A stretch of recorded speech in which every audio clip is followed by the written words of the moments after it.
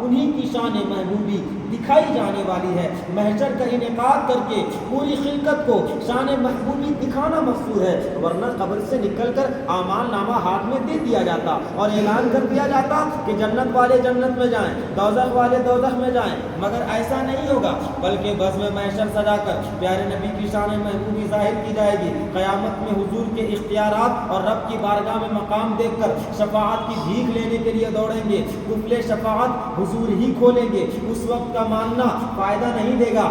اعلیٰ حضرت اسی لیے تو لکھتے ہیں، انہیں جانا انہیں مانا، نہ رکھا غیر سے کام، للہ الحمد دنیا سے نہ مسلمان گیا۔ پھر لکھتے ہیں، آج لے ان کی پناہ، آج مدد مانگ ان سے، پھر نہ مانیں گے قیامت میں اگر مان گیا۔ اگر باکمال سے محبت کرنی ہے تو حضور صلی اللہ علیہ وآلہ وسلم سے محبت کیجیے، کیونکہ دربار مصطفیٰ سے کمال تقسیم ہوتا ہے۔ دنیا میں حسین سے حسین تر آدمی کیوں نہ ہو، مگر اس کا تھوک تنفیر کا سبب ہوتا ہے، نفرت کا باعث ہوتا ہے۔ حضور صلی اللہ علیہ وآلہ وسلم کا لعاب ایسا نہیں تھا، بلکہ وہ بہت ہی کمال کا تھا۔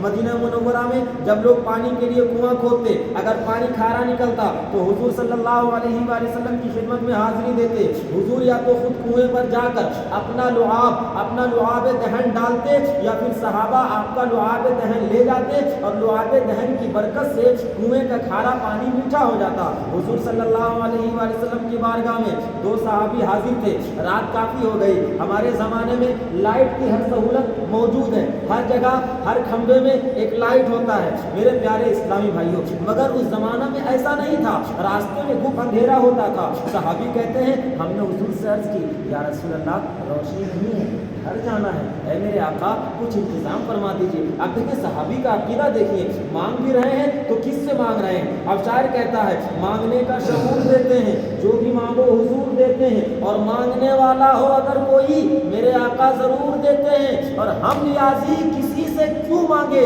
ہم کو تو سب کچھ حضور دیتے ہیں۔ اور آگے جا کر کے اعلیٰ حضرت لکھتے ہیں، مانگنے والے منگتوں کو یوں چاہیے، اور مانگنا ہو کسی سے تو کیوں چاہیے، اور کون دیتا ہے دینے کو منہ چاہیے، دینے والا ہے سچا ہمارا نبی۔ اگر اعلیٰ حضرت کی بات نہ کرے نا تو بیان ہی مکمل نہیں ہوتا ہے، کیونکہ میرے اعلیٰ حضرت نے قرآن و حدیث کی شرح میں اشعار کی صورت میں انہوں نے جامع کلام لکھا ہے۔ میرے پیارے اسلامی بھائیوں، اب آتے ہیں اس صحابی کے پاس۔ اب صحابی کہتا ہے، یا رسول اللہ گھر جانا ہے، روشنی نہیں ہے، یا رسول اللہ کچھ عطا فرما دیجیے۔ حضور نے ایک لکڑی منگوائی، جیسے ہی دست اقدس میری لکڑی ٹارچ کی طرح روشن ہو گئی۔ دونوں صحابی چلتے گئے، دونوں نے اپنے اپنے گھر جانا تھا، اور راستہ ایک دوسرے سے الگ تھا، مطلب ایک کا سیدھی طرف اور ایک کا الٹی طرف۔ صحابی نے ایک لکڑی اٹھائی، اس لکڑی سے جیسے ہی ملایا وہ بھی روشن ہو گئی۔ حضور تو ایسے نورانی تھے جیسے جسے ہاتھ لگائے وہ بھی نور بن جاتی ہے۔ اب آئیے پھر اعلیٰ حضرت پر۔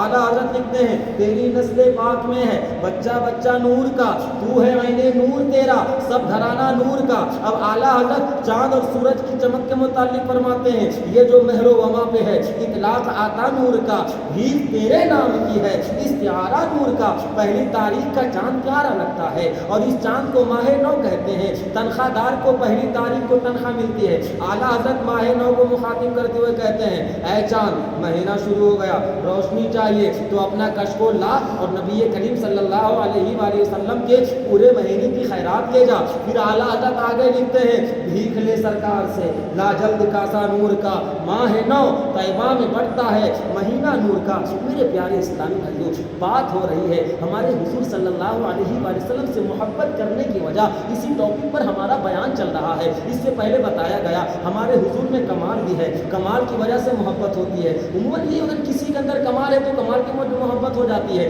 کسی کا حسن ہے تو حسن کی وجہ سے محبت ہو جاتی ہے، لیکن سارا چیز ہمارے حضور میں ہے۔ اب آگے دیکھیے، محبت کرنے کی جو تیسری وجہ ہے وہ ہے محسن۔ کسی سے محبت کرنے کی تیسری وجہ اس کا محسن ہونا ہے، وہ خیال بہت کرتا ہے، اس کے ہمارے اوپر بہت سارے احسانات ہیں۔ بسا اوقات لوگوں نے پلس یا بیڈ روم میں تصاویر لگائی ہوتی ہیں، اگر ان سے پوچھا جائے کیا وہ آپ کو جانتا ہے، جواب ملتا ہے وہ تو نہیں جانتا، مگر پھر بھی میں